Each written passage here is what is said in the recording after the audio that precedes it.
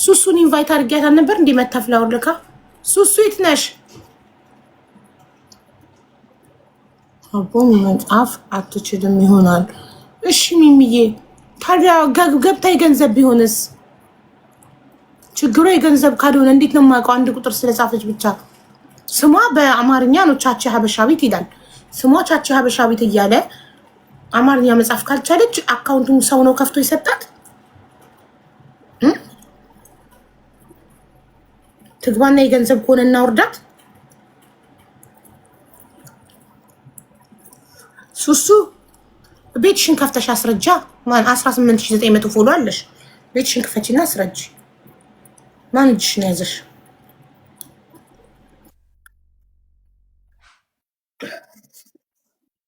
ጽፋለች አቡዬ። እሺ ቤትዬ ጽፋለች። እሺ ሰላም እናት። አቡ ሰላም ነው። እንዴት ነሽ? ምን ነው ከቅድም ጀምሮ አንድ ቁጥር ከምጽፊ አማርኛ መጻፍ ከቻልሽ ችግር ላይ ነኝ የገንዘብ አይደለም ብለሽ አትጽፊም? እማ ብዙ ጽፍ ያለው እኮ አላየሽውም? አንድ ቁጥር እኔ እንዳለ ያየሁት አንድ ቁጥር ነው። አንድ ቁጥሩን ትተሽ ያንን ኮፒ ፔስት ብታደርጊ እሱን ሳያው አስገባሽ ነበር። እኔ 80 ጊዜ አንድ ቁጥር ነው ያየሁት ማሪ። አዎ ስለ ሻማ የምታስተምረው ልጅ ጋር እያለሽ ብዙ ጽፍ ያለው ግን አላየሽውም? አንድ ቁጥር ነው ያየሁት። ለማንኛውም አንድ ቁጥር አትጻፊ በፍጹም። ዝም ብለሽ ምክንያትሽን መግባት የፈለግሽበት ምክንያት ችግር ላይ ነው የገንዘብ አይደለም ከሆነ እሱን ብቻ ኮፒ ፔስት ማድረግ ነው።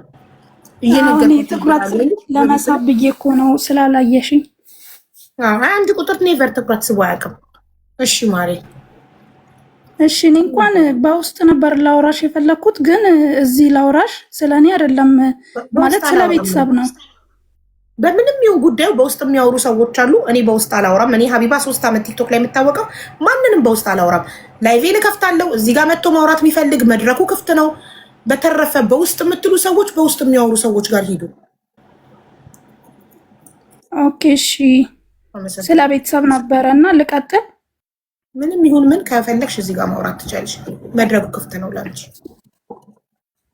እሺ እናትና አባቴ ተለያይተዋልና አባቴ ጋር የተወሰነ ነገር ስለነበረ እናቴ ደግሞ በጣም ችግር ላይ ስለሆነች እንዲረዳት ነበረ። ያው በውስጥ እሱን አናግሬው ነበር ግን ፈቃደኛ አልሆነልኝም። በሽማግሌ አትጠይቂም ታዲያ? በሽማግሌ ጠይቀናል። በቤተሰብም ለመጠየቅ ሞክረናል። እሱ አግብቷል፣ ሌላ አግብቷል። የእናቴን ጓደኛ አግብቶ ነው የሚኖረው። እሺ እና አሁን እሱ ትዳር ላይ ነው ያለው። አንድ ልጅ ወልዷል። እናትሽ ከአባትሽ ንብረት ነው። እናትሽ ከአባትሽ ንብረት ትፈልጋለች። እናቴ አትፈልግም፣ ግን አሁን እናቴ በጣም ችግር ላይ ስላለች እኛ ልጆቿ እንዲረዳት ፈልገን ነበር፣ ግን እሱ መርዳት አይፈልግም። አቡ በፍርድ ቤት ለምን አትጠይቁትም ታዲያ? ግዴታው እኮ ነው። 18 ዓመት ያልሞላ ልጅ ካለው እኮ መርዳት ግዴታው ነው። ህግ ያስገድዳል። አንድ ልጅ አለው 18 ዓመት ያልሞላው አንድ ልጅ አለው።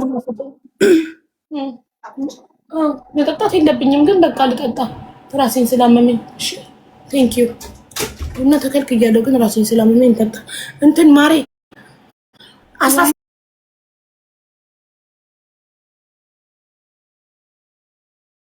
ዓመት ያልሞላው ልጅ አለው የለውም? አባትሽ አጅማስ አንድ ልጅ አለው ግን ለሱ 5000 ብር ተቆራጭ ያደርጋል። ለሱ ብቻ አይደለም ከእናትሽ ነው የምልሽ ማሪ፣ ከአዲሷ ሚስቱ ሳይሆን ከእናትሽ። ከእናቴ 18 ዓመት ያልሞላው ልጅ አለው። አንድ ልጅ አለው ግን ለሱ 5000 ብር ተቆራጭ ያደርግለታል። በቃ እሱን ብቻ ነው ህግ የሚያስገድደው። ታዲያ ምን ፈለጋችሁ? ይኸውልሽ ሀቡዬ እነሱ እናትና አባቴ ማለት ነው ሲኖሩ በትዳር እናቴ የሱ ቤተሰቦች እሱ ወታደር ቤት ሄዶ ሲመጣ የሱ ቤተሰቦች ሞተው ስለነበረ የፍቅር ግንኙነት ሲጀምሩ እናቷ ቤት ነው ይዛው የገባችው ማለት ነው እናቴ። እሺ ከዛ እናቷ ቤት ብዙ አመት ኖረዋል። 7 ልጅ አካባቢ ወልደዋል። እኔ እንደማውቀው 3ቱ ሞተዋል፣ እኛ 4ታችን አለን ማለት ነው። እሺ ከዛ እናቴ ቤት የእናቴ እናት ቤት እየኖሩ ነው እኛ የተወለድነውና በመሃል መርካቶ ላይ መጋዘን ይገዛሉ። እናቴ ፀጉር ሹሩባ ትሰራለች። እሱም ብዙም ባይሆን ተፍተፍ ይላል። ከዛ አብረው ይሰራሉ ማለት ይገዛሉ ሱቅ መጋዘን። ከዛ በጣም ገቢ ያስገኛል መጋዘኑ። አሪፍ እየኖሩ ነበር። ከዛ በመሃል አሁን ወንድሜ 17 ዓመት ሆኖታል። እሱን ስታረግዝ አጋጣሚ መስተንግዶ የምትሰራ ሴት የድሮ የእናቴ አብሮ አደግ ጓደኛዋ ነች። እሷን ያገኝና ግንኙነት ከሷ ጋር ይጀምራል ማለት ነው። ከዛ መጥቶ ለእናቴ ይነግራታል። እናትሽ ከእናትሽ ጓደኛ ጋር? አዎ፣ ግን እሷ አታውቅም ነበር ማለት የእናቴ ባል መሆኑን አታውቅም ነበር። ኦኬ፣ የእናትሽ ጓደኛ ሆና የእናትሽ ባል መሆኑን አታውቅም? በፊት ድዳራቸው የልጅነት ላላ የልጅነት ልጅ እያሉ የእናቴ እናትና የሴትዮዋ ያሁን የአባቴ ሚስት የእሷም እናት እንጀራ ምናምን ሲጋግሩ እናቴና እሷ አብረው ጉሊት ይሸጡ ነበረ ምናምን። እና አጋጣሚ ቀበሌ ቤት ሲቀይራቸው ከኛ ሰፈር ርቃ ትሄዳለች ማለት ነው። እቺ ምልሽ የአባቴ ሚስት እናትና አባቶች ሳይጋቡ ነው ርቃ የሄደችው ቀበሌ ቤት ቀይሯት? አዎ፣ አይተዋወቁም ከአባቴ ጋር። ኦኬ። ከዛ ሴትዮዋ ሌላ ቦታ ነው የምትኖረው። ያው ከእናቴ ጋርም የልጅነት ጓደኝነት ቢሆንም ሌላ ኬዝ ማለት ተረሳስተዋል ማለት ነው። አይጠያየቁም። በበዓላት በሀዘን ውስጥ መስተንግዶ ነው የምትሰራው። ከዛ አባቴ እናቴ እርጉዝ ስትሆን ሱቁ ላይ አብረው ነበር የሚሰሩበት እናትና አባቴ። ከዛ እናቴ እርጉዝ ስትሆን እየደከመች ስትመጣ ቤት ትቀራለች ማለት ነው። ከዛ በዚህ አጋጣሚ አባቴ ክበብ ምናምን ይሄድ ነበር። የጥሩ ኑሮ ነበር የምንኖረው፣ አሪፍ ይሰራበት ነበረ መጋዘኑ። ከዛ አባቴ አጋጣሚ ከዛች ሴትዮ ጋር ይተዋወቅና ግንኙነት ይጀምራል ማለት ነው። ከዛ ያው ብዙ ሰው የሰፈር ሰው ምናምን ያየዋል። ግን እነዚያ የሰፈር ሰዎች ከመንገራቸው በፊት ብሎ መጥቶ ለእናቴ ራሱ ግልጽ ሆኖ ይነግራታል ማለት ነው። ግንኙነት እንዲጀምር ያለው ምናምን ብሎ ያስረዳታል በጊዜ ሂደት እንደሚተው። ከዛ እናቴም ያው እኔ ነብሰ ጡር ስለሆንኩኝ እታገስ ካለው ግን መተው እንዳለበት ይነጋገራሉ። ከዛ እናቴም ለመሆኑ ማናት ብላ ስትጠይቀው እንዲህ ብሎ ምልክት ሲነግራት እናቴ እሷ ያው አበባ ትባላለች፣ የልጅነት ጓደኛዬ ነች፣ ቶሎ አቁም ትለዋለች ማለት ነው ለአባቴ። ከዛም ሽማግሌዎች የሰፈር እናቶች እሷንም የሚያውቋት ማለት ነው፣ አካባቢ ላይ ያሉ እሷንም የሚያውቋት ሄደው እናቷ ቤት ለእናቷ ይነግራሉ ማለት ነው፣ ለአባቴ ሚስት ለእናቷ። ከዛ እሷም ተጠርታ ስትጠየቅ ሀብታሙ ነው አባቴ ስሙ፣ የሀብታሙ ገንዘብ እንኳን እኔና አንቺን ሶስተኛ ሚስትም ስለሚያስተዳድር አርፈሽ ኑሪ ብላ ለእናቴ ምላሽ ትልካለች ማለት ነው ሴትዮዋ።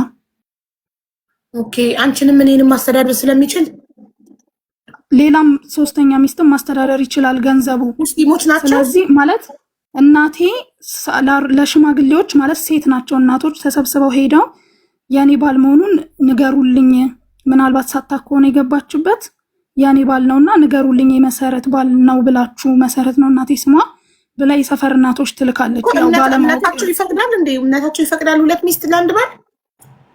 ኦርቶዶክስ ናት። አላቅም እኔ ሴትዮዋ ኦርቶዶክስ እንዴት የእሱ ሀብት ሶስተኛ ሚስት የሚያስተዳድራል ትላለች? እንዴት አቡ መስተንግዶ ነው የምትሰራው። በቃ አላማዋ እንደዚህ አይነትን ሰው ማግባት ነው። እሷ ብሩን ያየችው አሪፍ ኑሮ መኖር ነው የምትፈልገው። ስለዚህ ማንም አያሳስባትም። እናቴ ነብሰ ጡር ናት። 3 ልጆች ሴቶች ልጆች አሉን። እኔ አሁን 26 ዓመቴ ነው። በሁለት ዓመት የሚበልጡ ታላላቅ እህቶች አሉኝ ማለት ነው። እኔ የዛ አሁን 26 ዓመቴ ነው። 10 ዓመቴ ነበር የዛኔ። ከዛ ሲነገራት ሴትዮዋ የሰፈር ሽማግሌዎች በፊት እኛ ሰፈር ስለነበረች ስለሚያውቋት ሄደው ለማናገር ያው እንደ ቤተሰብ ሳታቅ ይሆናል እንጂ ያወቀችማ የናታረግም በማለት ይሄዳሉ። የምትኖረው እናቷ ቤት ነው። ከዛ የኔና የሷ የሀብታሙ ገንዘብ እኔንም እሷንም አይደለም ሶስተኛ ሚስት ስለሚያስተዳድር አርፋ እንድትኖር ንገሯት ብላ መልስ መለሰች ማለት ነው ለሽማግሌዎች። ከዛ በመሀል አባቴም በቃ ቤት ውስጥ ብዙ መጥፎ ነገሮች እየተፈጠሩ ሲመጣም እናቴ እስክትወልድ ድረስ ታገሰች። ወልዳ ክርስትና ካስነሳች በኋላ ያቆማል ብላ ብዙ ሽማግሌ ሰብስባ ጓደኞቹን በብዙ ሁኔታ ጣረች። በጣም ተወደዋለች እናቴና ከዛ ሞከረች። በቃ በጊዜ ሂደት ተዋለው ይላል፣ ግን ሊያቆም አልቻለም። ስለዚህ እኔ መታመምም የሆነ ነገር መሆን ስለማልፈልግ ሴትዮዋን መስተንግዶ ስለምትሰራ ህይወቴ እንዲበላሽ አልፈልግም፣ ወይ ከሷ ጋር ወይ ከኔ ጋር ወስን ትለዋለች።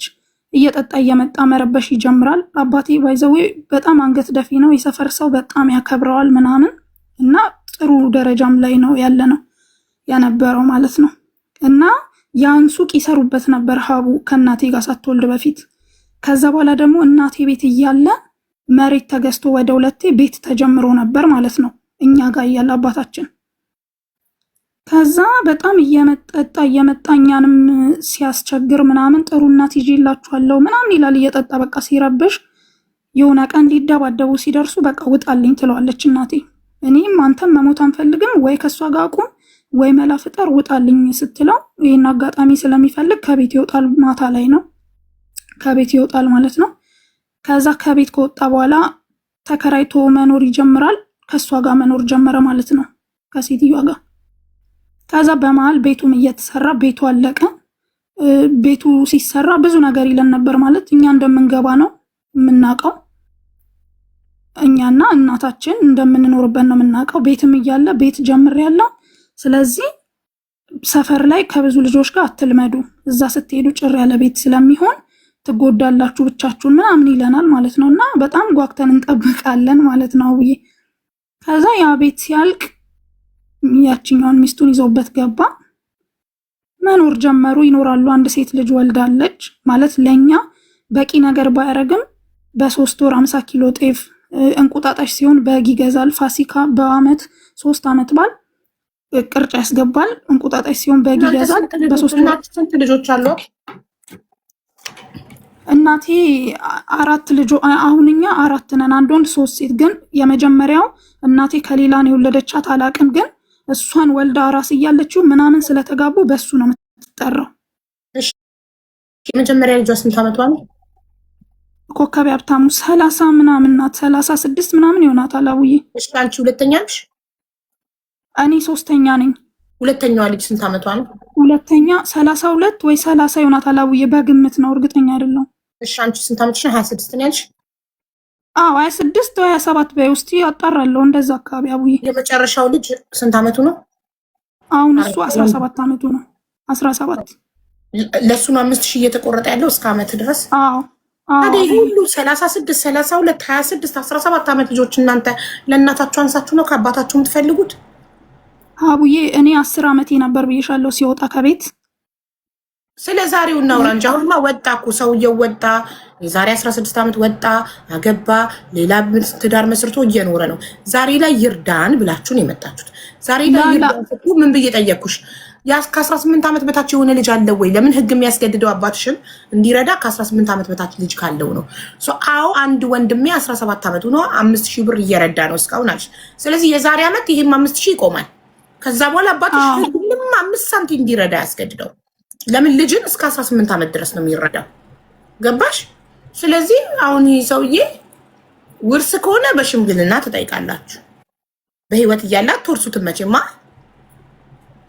አቡዬ እኛ ሁላችንም አግብተናል፣ 2 ወልደናል። ከሱ ምንም ነገር አንፈልግም። እኔም አሁን አረብ ሀገር ነው ያለሁት፣ ጆርዳን ነው የምኖረው።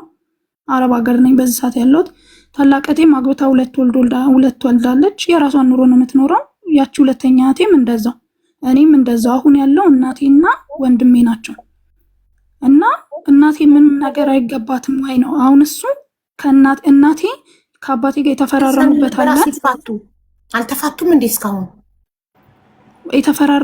የተፈራረሙት የግቢና የሰፈር እናቶች ናቸው። በወረቀትና በመሀል ላይ ያስፈረሟቸው ወረቀቱ አለ። እና 80 አልቀደዱም እንዴ? ዛሬ 16 ዓመት ሌላ ሚስት ሲያገባ አልቀደዱም ማለት እኛ ነገ እንደሚመለስ ነው በቃ እኛ የምናውቀው። ቆርጦ አልተወንም። ገባሽ? ነገ ይቅርታ ሌላ ማግብቶ ይመለሳል ብላችሁ? አዎ ለምን በጣም ፍቅር ነበረው አባታችን ማለት ነው። አቡ ካላየን ራሱ እናንተ እምነት እኮ 2 ሚስት እኮ አይፈቀድም። እንዴት ይመለሳል? ያችኛውን እስካልፈታ ድረስ ፈቶ ይመለሳል ነበር ተስፋችሁ? አዎ እኛ እንደዛ ነበር ማለት በጣም ፍቅር አለን በቃ ለአባታችን። እና እሱም እንደዛው እኛ እንደሚመለስ ነው እርግጠኛ ሆነን ይሄ ሁሉ አመት የጠበቅነው ማለት ነው። አሁንም እኛ እናታችን ጥሩ ሁኔታ ላይ ስላልሆነች ነገ አንድ ነገር ብትሆን እሱ እያለ እሷ ችግር ላይ ሆና የሚለው ነገር ነው ያመጣን እንጂ ማናችሁ እሱ እያለ እናንተ እያላችሁ እናታችሁ ችግር ላይ ብትወድቅ ነው እንጂ የሚያሳፍረው። ምክንያቱም የ36 የ32 እና የ26 ዓመት ወጣት ሴቶች እያሏት እንዲሁም የ17 ዓመት እሱም ደርሷል። እናንተ እያላችሁ ከሱ ከአንድ ግለሰብ ከመጠበቅ 4 ልጆች አሏት አይደል? 4 ልጆችን አምጣ ወልዳ አሳድጋለች። እናንተ ለእናታችሁ አትበቁም ወይ? የእሱን እጅ ለምን ጠብቃላችሁ? እናንተ እኮ እንደውም ያለሱ ለእናታችሁ ብቁ እንደሆናችሁ ልታሳዩት እኮ ነው የሚገባው። ከሱ ምንም እኮ ልጠብቁ አይገባም። እናንተ ደርሳችሁለት የለ? አዎ አቡ ታሺ ኮድ እየጻፈ ነው አስገቡ ባያችሁ። ሁሉም በክራይ ነው የሚኖሩት። አቡ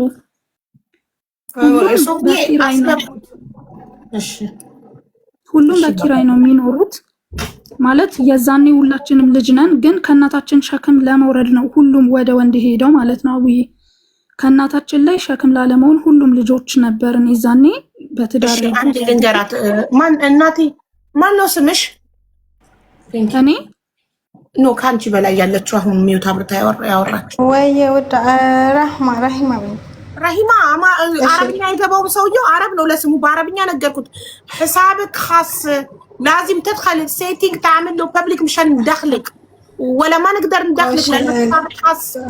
انت تفهمين عربي؟ عندي ننقرا كوبان عربية بس السودان عربية تجبابو በዚህ ጋር አይደለም ተንዲቦ ተምረሻት ነው። ኦኬ እሺ በቃ እሺ እንወስድ ናቋለሽ ነገርዋለሁ እኮ ፕራይቬት ነው አካውንት አንሰብይዋለሁ። قولي له حسابك خاص لازم تعمل له بابليك ما نقدر ندخلك اذا حسابك خاص.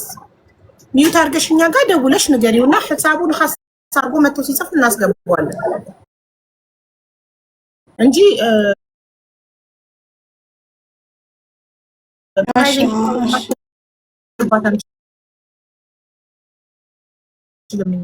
ገስት ስለማይከፈት ቢውል ሊገባ አይችልም። እሺ ታቺዬ ቀጥይ ውዴ። እሺ እና ሀቡ በዛ ሰዓት ሁሉም ደስተኛ ሆኖ አይደለም ወደ ትዳር ሄደው፣ ግን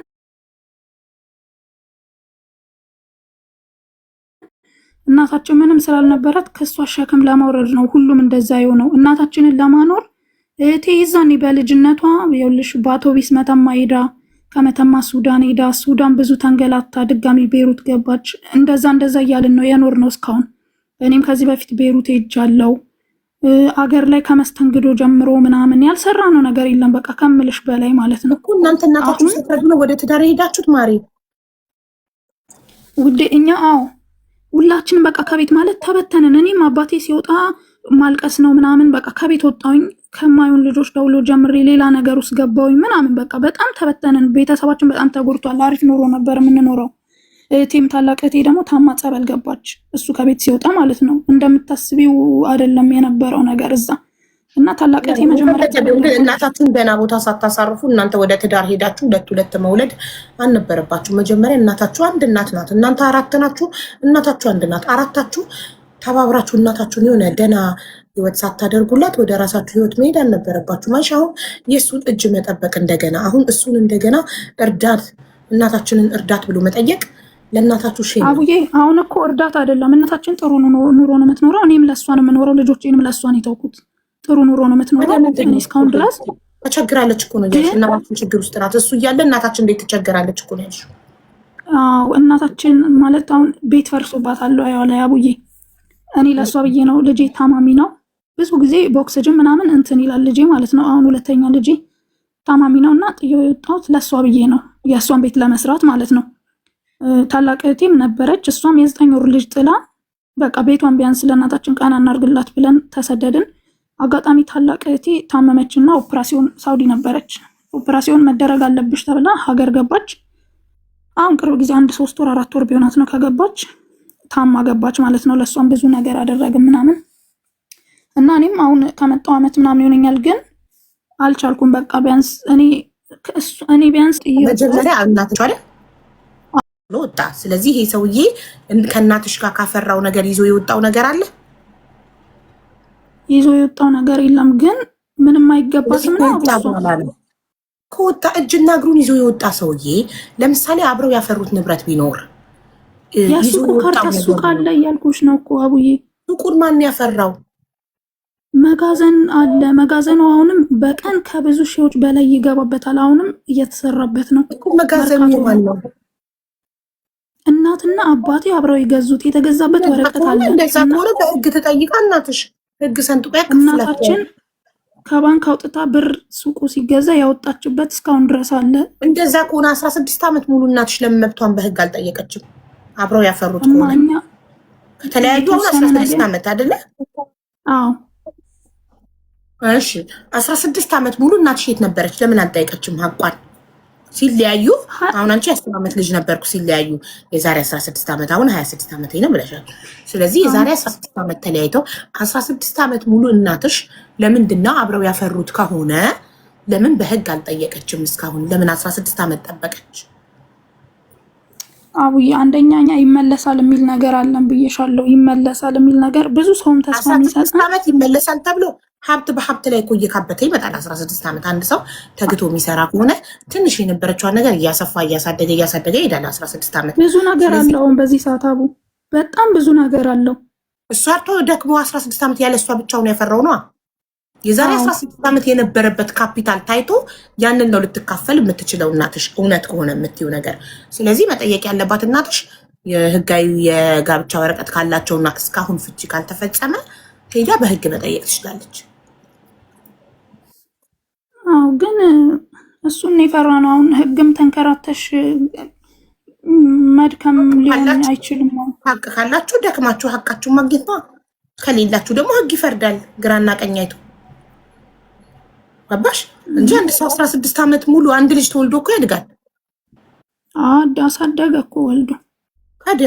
ታዲያ እንዲህ 16 ዓመት ሙሉ ዝም ብላችሁ ዛሬ ከ16 ዓመት በኋላ የዛሬ 16 ዓመት እናትና አባቴ ሲለያዩ አብረው ያፈሩት መጋዘን ነበረ። ሰውዬውስ ሞቶ ቢሆን ይሄኔ ለሚስቱ አውርሷት ሞቶስ ቢሆን። ስለዚህ አሁን በህግ ሞክሩ እሺ ማሪ። በህግ ካልሆነ በስተቀር ሌላ ማሪ በሚዲያም ሊሆን አይችልም። ይሄ በሽማግሌም ሊሆን አይችልም። የህግ ባለሙያ አማክሩ።